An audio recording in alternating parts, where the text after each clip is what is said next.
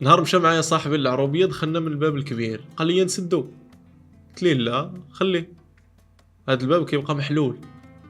رجعنا من الجامعة عاود قال لي نفس الهضرة، وجاوبته بنفس البساطة، راه ما كنسدوش، غير كيرجعوا السلام. تعجب، حيت ماشي متعود يشوف باب الديور محلول في النهار كامل، وحتى في الليل غير كنرجعوه جويه ما كيتسدش. قلت له اللي دخل مرحبا به، حنا هنا الناس بحال بحال، كنعرفوا بعضياتنا، كنجلسوا في ديور بعضياتنا، كلشي مرحب به هنا. حتى المسطي شحال من مره كياكل وكيشرب وكيخرج بلا ما يأذي حتى شي حد. الناس اللي كيترباو في دار الباب ديالها ما كيتسدش كيدخلوا للحياه بقلب مفتوح وبلا خوف، ما كيشكوش، عارفين ان الثقه كنز كبير وهي اللي كتخليك انسان، وان المحبه ماشي كلام، راه سلوك ومعاملات.